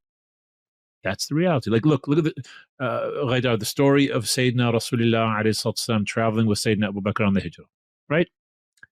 The kuffar are right there. Talk about upheaval, talk about fear, talk about anxieties. Like, here we are, like in the comfort of our homes, talking about these things. The Prophet ﷺ was dealing with it non-stop. And so Sayyidina Abu Bakr, would you doubt his yaqeen in Allah? No. He had certainty in Allah, but he got afraid. And he says, "Oh, Messenger of God, they're going to see us." And what does the Prophet ﷺ say to him, Arfan? Right? He says, "Yeah, Abu Bakr, what do you say about 2? That their third is Allah." Right? The Prophet ﷺ was in he was in mushahada. He was just witnessing Allah even as the enemy is like right there. And then Allah reveals the Qur'an. So like, no matter what we're going to go through, and you see this in Gaza, right? They're going through, like, Gaza, Ahl Palestine are going through things, and even now Lebanon, that we cannot even imagine. And they're still rooted in Allah. It doesn't mean that they're not feeling pain, going through difficulty, but they are anchored in the divine reality. So we need to be anchored in this divine reality as we're moving forward, making these decisions. And then you make a decision based on what you feel brings clarity to the circumstances around you. And I will just say this. I think the problem that we have with the Muslim community is not whether to vote Democrat or vote Republican or not to vote. It's a problem of not even being able to have a discussion. It's like this craziness that if you take an opinion or if you even dare voice opinion that is not popular with others, you're ostracized and you're attacked. Like, that's crazy. Like, think about this. The Battle of Uhud is about to happen, and the Prophet, ﷺ, he brings all the companions in and he takes opinions. Like, it was a forum where someone can say, we meet him on the battlefield. It was a forum where someone can say, no, we stay in Al-Madina al-Munawwara. It's a forum where someone says, oh, we can do this. Like, everyone was allowed to speak. But the problem is that I see with our, I don't want to keep attacking leaders, I don't know, but I'm saying I do see this. It's like, you come up with an opinion, someone comes up with an opinion different than yours, and you're ready to take out their legs. Like, what's the problem? It's an opinion. Maybe we don't agree with it, but allow it to be expressed. As long as it's expressed within certain principles that we follow in our tradition. So look, I was on a Ghaidar. We were in the Zawi on Wheels, and we had one guy who was a Muslim. I don't doubt his faith whatsoever, and he was a Trump lover. And the other one was a Muslim. I don't doubt his faith whatsoever. He was at the time, before all this stuff, like a Biden, he was all blue. And they were going at it. They love each other. And we were just like, okay, let them have it. They have different perspectives on this, And then there was someone else in the car who was like, they both are terrible. No, don't vote for any of them. They're the worst of the worst. Like, let the conversation happen. Billahi alaykum wa amruhum shura baynahum. Their affair is a consolation amongst themselves. So, Ghaidar, Salim, I think our problem here in the political scene is our inability to have conversations, more so than anything, in which people can express and talk. Salim decided not to engage in the conversation at all. He was like, I did my first part. I threw the little charge in the beginning, and you guys started. Or no, it's crazy, guys. It's crazy. It's crazy that we can't talk. No, I really appreciate what you said there, because I think dare I say, maybe I'm in a different circle than other people, but it seems like most of the Muslims I know are leaning in a certain way, right? And when I see the other way or another way expressed, I think with the emotionalism of the time, which is important. I mean, this is a very emotional time, and if we're not getting emotional about what we're seeing, what's going on in the world, then that's a problem, right? But because of this heightened, the sense of emotion, we have to be careful not to translate that passion into automatic demonization or hatred of some of our brothers and sisters who are coming up to a different conclusion, as erroneous or difficult or unusual as those conclusions might seem to some of us, right? We have to accept that, they're also, in a process of thinking these things through, and they're coming up with the decisions that they've come through. And we have to be able to recognize, or have the maturity to recognize that, that's the position that they're thinking is the best position, even if we don't agree with it. And I think that's where, that spiritual maturity, as you've mentioned, has to be there. But you can have maturity and not necessarily have a sense of complicity. And I'm not trying to get a hot take here, but this is true. But what I'm saying is that, let's not equivocate choices here. I think one of the challenges with maturity is being sensible to your autonomy and what you can do to affect change. One of the challenges that I think is that, we do have an opportunity here. And I think what gives me hope is that nationally, based on polls that have been done by Muslim organizations, you see a large proportion of the community leaning into another option that, to me, feels at least it's a little bit more independent. And one of the things that Muslims, but also Americans, completely forget is these political parties, this dynamic that we currently operate under is not that old. Yes, it has lasted a while, but there have been other political parties. There have been other opportunities for different type of schemes to exist within the political framework that exists in America. So to think that wouldn't change in the future also shows a little bit of a short-sightedness. And I understand the millions of dollars, but those millions of dollars can easily be adjudicated in different ways. And we saw that recently. For example, like no individual has raised as much money as one of the candidates done in such a short period of time.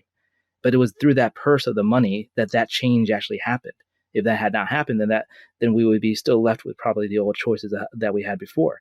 And so, again, nobody voted for that choice, and that's fair enough. So for all that talk about saving democracy, it's one of those things where you didn't have a primary system, right?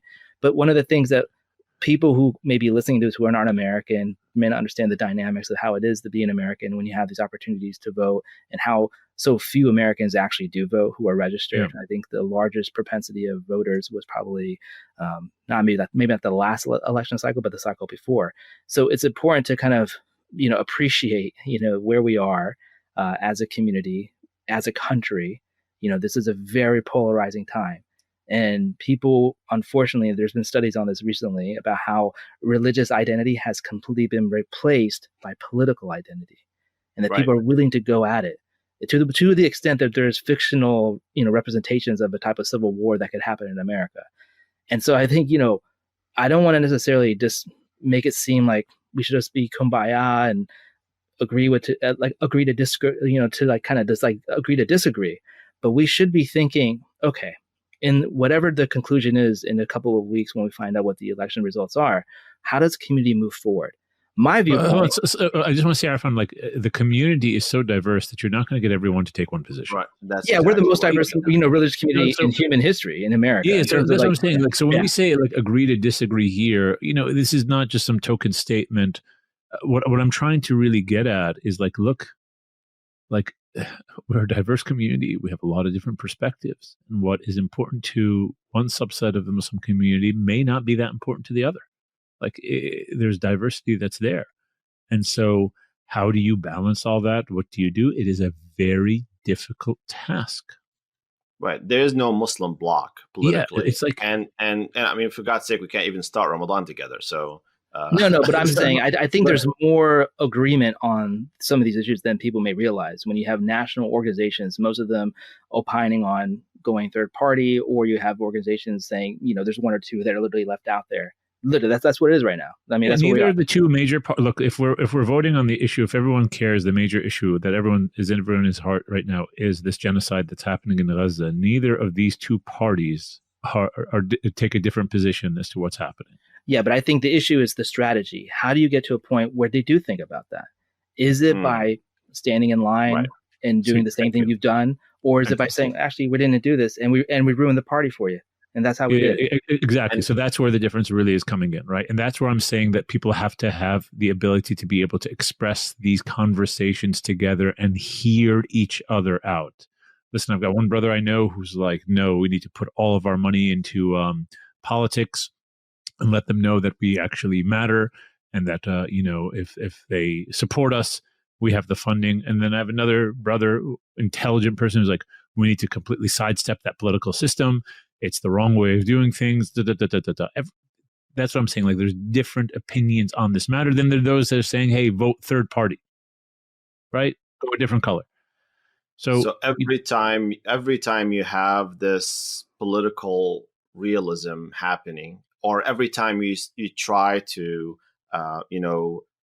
have a spiritual clarity or a spiritual outlook onto things so that you can be comfortable in your own skin and you can be like, I can sleep at night, and if Allah takes his amana, I am okay with whatever decision I made. You are hit right away with the political realism of the scene, whether it's at the community level or at the national level, however you want to think about ourselves engaging. And political realism is this very fine dance between two extremes. The first extreme is basically us thinking about falling into the gates of extremism, populism, dogma. That's one side. Extremism, populism, dogma. And then the other side of that realism is falling into submission, basically normalization, if you will, with whatever that's prevalent, and also basically defeatism. And this realism is of course not accepting reality, and it wants to have changes, but these changes have to be a little bit more slowed down in terms of concept. We don't have, like Mu'tasim said, we don't have at least the environment to sit and talk to each other. That's one thing. But then if we do, those who want to be conservative, what are you trying to conserve? And those who want to change, what are you trying to change? And people think about, the lesser of two evils. I'm trying to, just move the needle just a little bit so that it can be a little bit better than this craziness. But this whole thing, there's nothing better. Ghaidar, you know what you need to do, Habibi? You need to get off X. I think if you get off X, but I don't look at X. I don't. X is actually. By the way, Arfan, do you believe that Ghaidar does not look on X? I do not believe that. We do not believe that. The two of us do not believe that you don't look at X. He's looking at X right now as we're talking. I will have to say that I do appreciate his WhatsApp links, because oftentimes I feel like I would not know what's going on. Yeah. So you won't be hit with all this confusion if you get off of X. Like, get off of X, right? But, stop listening to these X, talking for heads. instance.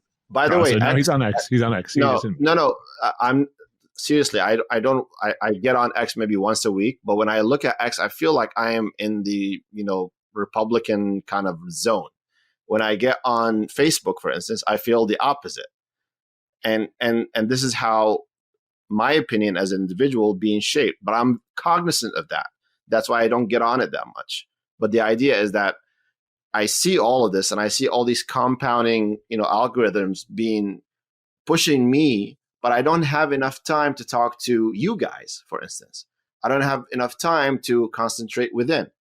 And just like you mentioned, Allahumma saddidni, the hadith of the Prophet ﷺ, you ask Allah subhanahu wa ta'ala in a major dua. I was learning in the Suhbah, Essentials program.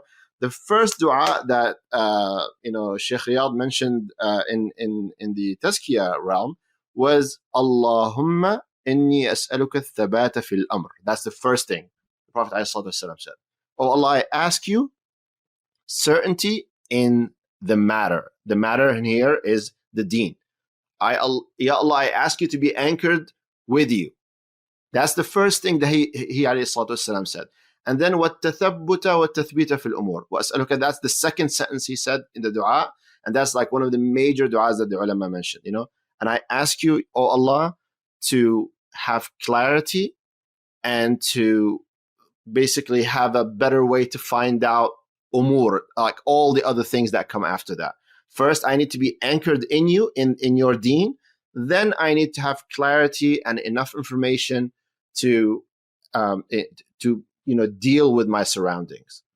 And that's so important. And that's why, and that's a process, by the way. Tathabbut, thabat is just putting your flag in. You just stay firm. You never move. But then tathabbut is a process. And then, azimata ala rushd, I don't want to get into the, everybody on who's listening can, search this dua, and which is beautiful, of course. But the idea is that then there has to be, after you find out, there has to be azima ala rushd. There has to be a will to do the good thing, do the right thing. And I think here is our, after we listen to each other, after we engage, after we kind of, regurgitate and digest, if you will, we need to have a path forward, at least individually. And that is not a huge political scheme. That's just for you to be able to say, I am comfortable with this. I am going to say this, Ya Allah.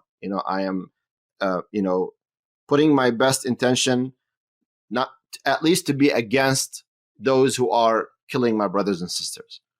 That's not being not real. That's being, anchored somewhere, somehow. And that's just an example, by the way. I'm not saying I'm a one issue voter.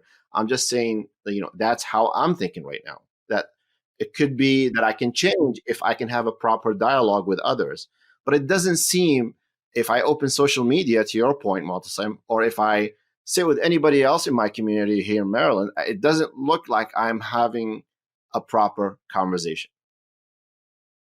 Yeah, and that's why it goes back to, look, we need to solidify ourselves in these beautiful spiritual realities of the dua of the Prophet sallallahu ta'ala alayhi wa ala alihi wa sahbihi sallam, where he's constantly asking Allah for guidance. Because we as human beings, like, I don't even know what's behind me. I can't even see what's behind me. I don't know what's in the next room. My knowledge is so limited.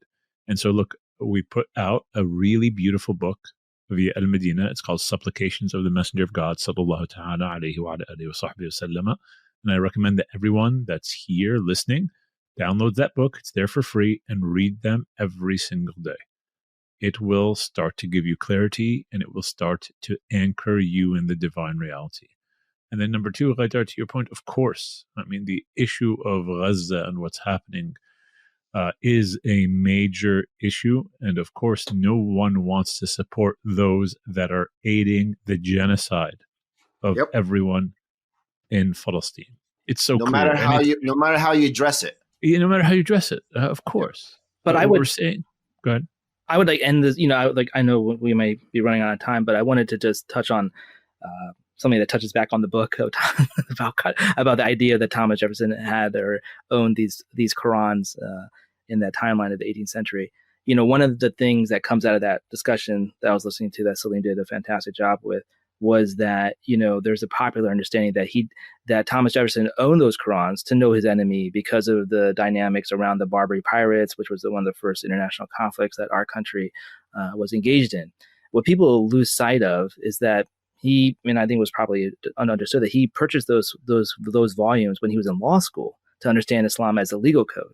I mean, you can go right next to the Library of Congress where those Qur'ans are, go to the Supreme Court buildings right next to it, and in the chamber where the justices sit, there is a very famous, there's 14 figures represented in a frieze, and between like Justinian and Charlemagne is the Prophet Muhammad sallallahu alaihi wasallam. I'm not saying it is the Prophet sallallahu alaihi wasallam, but a representation, and he's holding the Quran. And it's really interesting that's the image that the individuals in the 1930s, when they built that chamber, that's what they thought of how the justice system is the accumulation of all these different ideas. One of the things that doesn't get understood is that one of the great heroes of America, there's a lot of towns named after him. I was born near a town in like Decatur, Illinois, that's named after him. He was an admiral. He fought in those Barbary wars, and famously, I think it was the USS Philadelphia. He burned it, and he's seen as a huge hero in American history, huge hero when certainly at that time. He has a great quote when the treaty was finally done between our country and Algeria, the Day of Algeria, I believe. He said, "Our country, in her intercourse with foreign nations, may she always be in the right, but our country, right or wrong."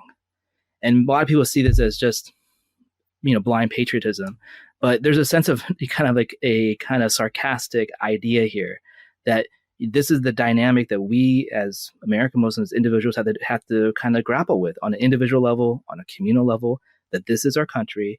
What are we going to do from an Essanic perspective to better the country as itself, to better ourselves as individuals, to be more engaged spiritually, communally, to kind of allow the opportunities that we have, not just to simply, spiritually move there, but also hopefully, guide the community to certain ideas and that maturity.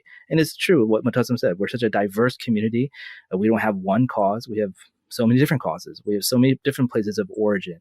But it is also true that there's never existed this diversity in the Muslim community in one place, in one time, that has the amount of capital, that has the amount of opportunity to affect change. I was in Morocco a year and a half ago. I was in the backwaters of Marrakesh, no tourists around, visiting one of the great awliya, Tazi, who was buried there. And I heard a voice in English, and I kind of followed it. I had just come from visiting one of our favorite shuyukh, Imam Jazuli. So there's probably like a 15-minute walk from there. And on that route, there's people working. There's a lot of manual laborers, people doing different crafts and stuff. And I heard English, so I walked in, and the guy was working, and he was listening to a very popular American imam, English. I said, "Oh, on YouTube." And I said, "Oh, do you speak English?" And he said, I'm learning English through this imam." And I don't think people realize that, in many countries, I'm sure those who have relatives abroad, how much influence Muslim American leadership has abroad. And what are we doing as individuals in our privileged position to be, even though we may have different viewpoints, to maybe exude a type of Islam that hopefully can educate not just the masses in our own country, but abroad, but also show them a different ethical understanding, how we deal with differences of opinion, how do we deal with these types of dynamics as well. So I think it's very important to think about that too. Yeah, it's a good point. Yeah. I would just say as an American, when there's 85,000, Lebanese Americans stuck in Beirut, can't get to the airport, and the State Department official says, well, the flights aren't really full. We gave people vouchers or loans or whatever it was. Or we have 45 to 65,000 in the West Bank. Or these are Americans. And we know the dynamics of what happened in Gaza to American citizens. There were no flights. There were no commercial flights coming to get them out. That should really show us the amount of work that we need to do. If not for the victims of this genocide, if not for the dynamics there, for our own American citizenship, that we don't matter somehow, that just shows how much more we have to do, to make sure that when we talk about this election, but also the day after the election, that it's not about winning. There's all these people who are attached to this notion of being on the winning team. What are you winning? It's not about winning. It's about mattering. And when are you going to take that to account? There's a reason why the Sahabas, as recorded by Imam Tabarani, they didn't depart without reciting Surah Al-Asr together.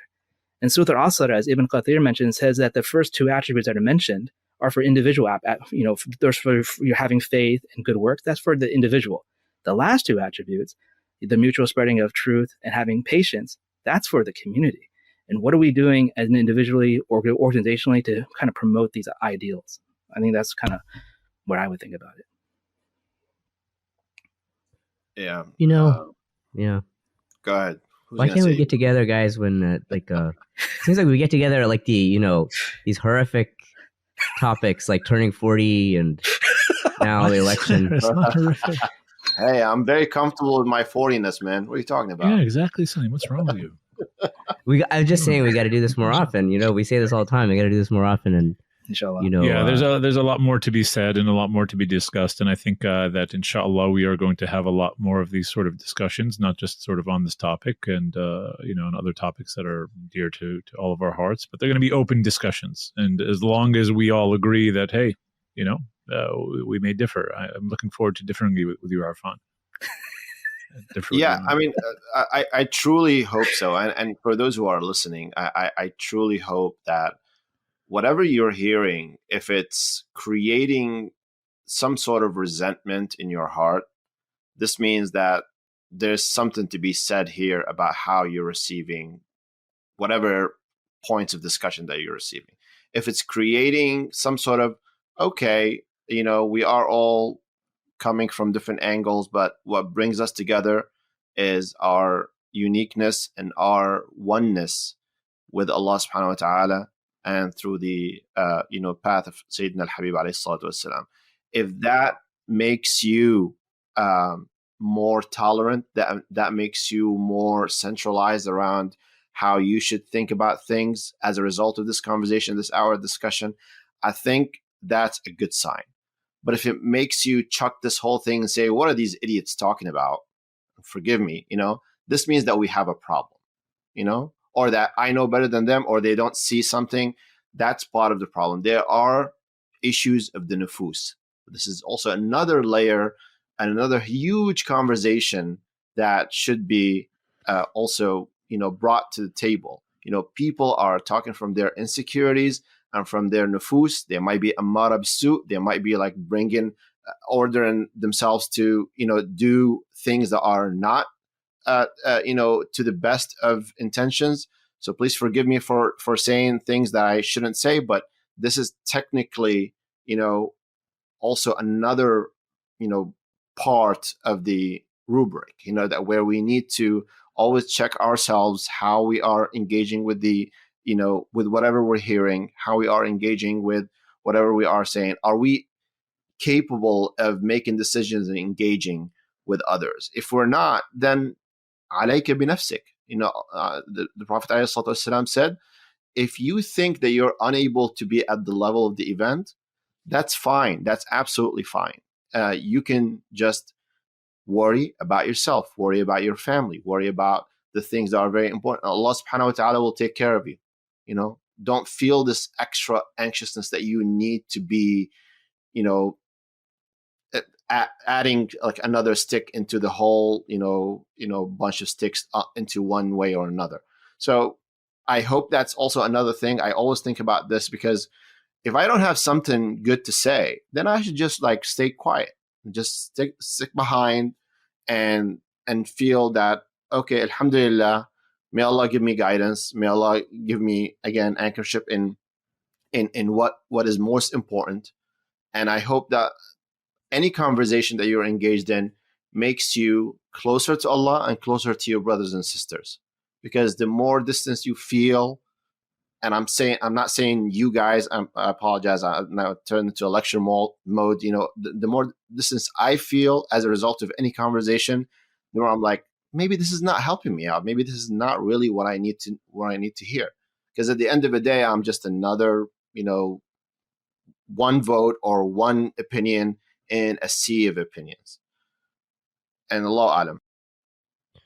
Yeah, there you go. So, yeah, this is, I really enjoyed this conversation, really listening to some very, very, insightful points for all of you. So I want to thank all of you guys for coming together. Yeah. How many times did Arfan say he's from DC, by the way? I mean, when we're talking about Jefferson's Qur'an, Irfan has actually seen it. So, there you go. I mean, that was one of his first comments, by the way. Sprinkle it. But alhamdulillah, so for all listeners, thank you for joining us on this episode. If this you think this is of any benefit, please share it with your friends and family. You can follow us on social media, visit our website Al-Madina.org, and until then, we'll see you in the next episode. Assalamu alaikum, peace be unto you.